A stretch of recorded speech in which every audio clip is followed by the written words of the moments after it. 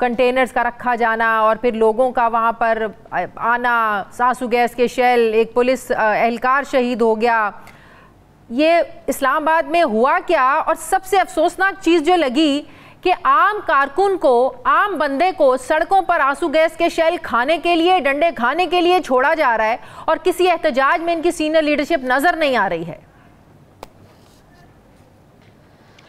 जी बिल्कुल, लेकिन ये इस्लामाबाद में नहीं हो रहा, ये लाहौर में भी हुआ।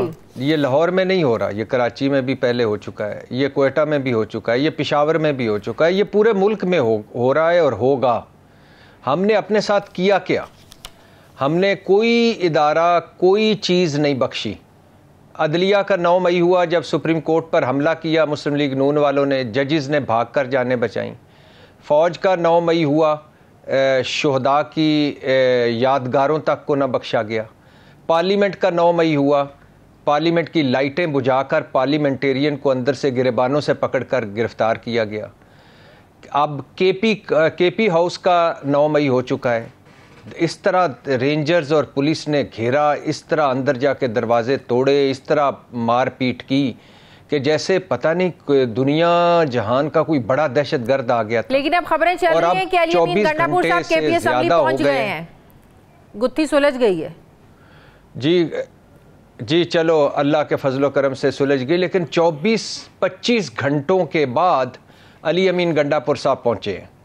आप अंदाज़ा कर लें, एक मुल्क का मुंतखब वज़ीर आला, यानी एक सूबे का वज़ीर आला, और इस पे शहबाज शरीफ साहब चुप थे, इस पर नवाज शरीफ साहब चुप थे, इस पे बिलावल भुट्टो चुप थे, इस पर आसिफ अली जरदारी चुप थे, इस पर मोहसिन नकवी बोले तो उन्होंने ज़ख्मों पर नमक छिड़का।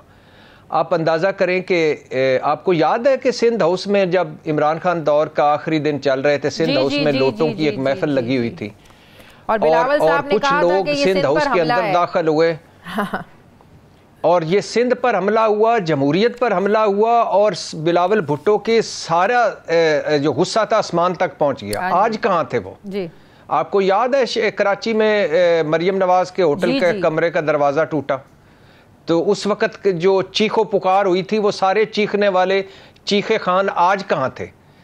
तो ये सिलेक्टिव सारा कुछ है, सब कुछ इसी तरह का है।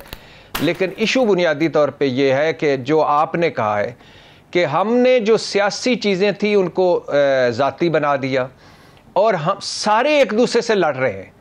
पहले होता था 2 फरीक लड़ते थे, एक तीसरा फरीक होता था जिसकी तरफ पाकिस्तान देखता था और कहता था कि शायद यहाँ से हालात बेहतर हो जाए, और बेहतर होते थे। 3 लड़ते थे, चौथा एक बचा होता था। अब सारे एक दूसरे के गिरबान फाड़ रहे हैं और दहशत गर्दी है, ऊपर से मईशत है, ऊपर से केपी और बलूचिस्तान जिस तरह बारूद पर हैं वो है, और ऊपर से खैर से मशकूक मैंडेट है, ऊपर से रिकॉर्ड मन घड़त मुकदमे हैं।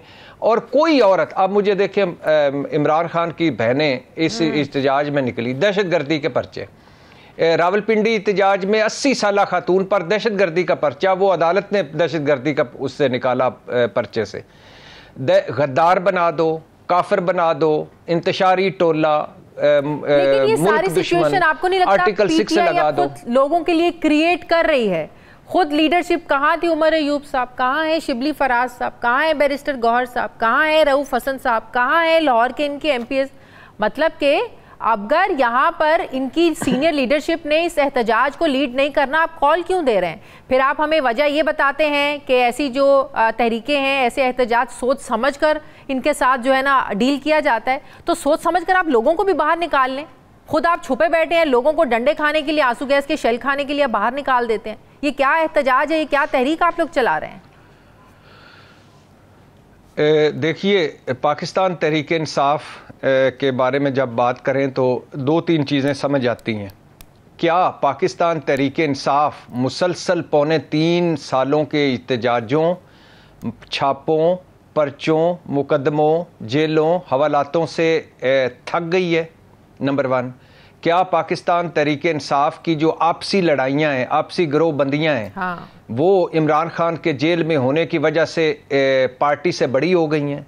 नंबर 3, क्या पाकिस्तान तहरीक इंसाफ में जो ब्रूटस घुसाए गए हैं, जो रॉन्ग नंबर घुसाए गए हैं, जिनका काम ये है कि इस पार्टी को अंदर से तोड़ना, इत्तेहाद नहीं होने देना, वो कामयाब हो गए हैं। बिल्कुल। और क्या पाकिस्तान तहरीक इंसाफ के अब जिनके हाथ में क़यादत है तहरीक इंसाफ की बाहर, वो विकेट की दोनों तरफ खेल रहे हैं।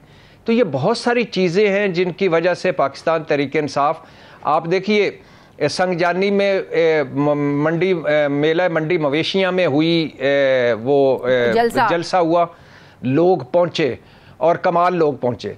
उसके बाद लाहौर का हुआ बकर मंडी में, बदबूदार जगह पे लोग कमाल पहुँचे। रावलपिंडी में लोग निकले और बैरिस्टर गौर ने 7:15 बजे ख़त्म कर दिया, जब अली अमीन गंडापुर अभी पहुँचे ही नहीं, कोई नहीं निकला। और क्यों निकलेगा, कैसे निकलेगा, जब आप अपनी अपनी रिहाइश गांव पे अपने एयर कंडीशन या हीटर लगाकर और एक्स या ट्विटर पर एक ट्वीट करके इनकलाबी बन जाएंगे, तो क्यों निकलेगा। लीड ऊपर से फ्रंट पे से सारे लीड करते हैं। सही। तो कौन निकला इधर? 5 या 6 लोग आपको नजर आए इस पूरे में, यानी ये जो इस्लामाबाद और लाहौर का एहतजाज था, इसके बाद तो कोई भी नहीं नजर आया। सारे घरों में थे। तो यही वजह है कि लोग जो है के बाद लोग, आप इस मुल्क में सियासत की क्या शक्ल देखते हैं? अगर ये आईनी तरमीम हो जाती हैं, सियासत की क्या शक्ल होगी? दुआ करें कि ना हो, क्योंकि ये हो गई तो मुझे अनारकी नजर आती है, तो इतना सब कुछ हो क्यों रहा है? ये दंगे, ये एहतजाज, फिर हुकूमत का इतना हाइपर हो जाना, आज फिर मौलाना के घर पहुंचे हुए थे हुकूमती वक्त, ये सारी इतनी एफर्ट्स हो क्यों रही हैं? इलेक्शन कमीशन क्यों डटा हुआ है? क्योंकि आईनी तरमीम चाहती है हुकूमत। जी, लेकिन एक होता है ना कि मैं अक्सर इसकी एग्जांपल देता हूं कि जब परवेज़ मुशर्रफ साहब बड़े मजबूत थे, एक लायर्स मूवमेंट चली जी। एक दिन, एक जुम्मे वाले दिन इफ्तिखार चौधरी को बुलाया, और जिस इफ्तिखार चौधरी साहब से सारे जजेस तंग थे, लेकिन हुआ क्या, और लायर्स मूवमेंट ने परवेज़ मुशर्रफ को इतना वीक कर दिया कि जाना पड़ा। हसीना वाजिद ने सबको सेटल कर दिया था, तुलबा निकले, और जिसको वो रजाकार कहती थी उन्होंने उस भगाने पर तो आज क्या एक और लायर मूवमेंट का इंतजार है? जी, लायर्स मूवमेंट नहीं होगी। मुझे ऐसा लगता है कि पीटीआई तो होगी। मुझे ऐसा लगता है कि हो सकता है मौलाना साहब भी हों, मुझे ऐसा लगता है कि वकील भी हों, मुझे ऐसा लगता है जुडिशरी भी हो, क्योंकि उसकी वजह यह है कि सिविल सोसाइटी भी होगी। उसकी वजह यह है कि ये आइन के बुनियादी स्ट्रक्चर पर खुदकुश हमला है, आज़ाद अदलिया पर खुदकुश हमला है, और ये सुप्रीम कोर्ट पर खुदकुश हमला है। तो एक तो इस पार्लियामेंट को मैंडेट ही नहीं है, दूसरा इस चीज़ का मैंडेट नहीं है, और तीसरा जिस तरह का ये आइनी पैकेज हमसे सुना जा रहा है वो तो कभी हो ही नहीं सकता, काबिल अमल ही नहीं हो सकता।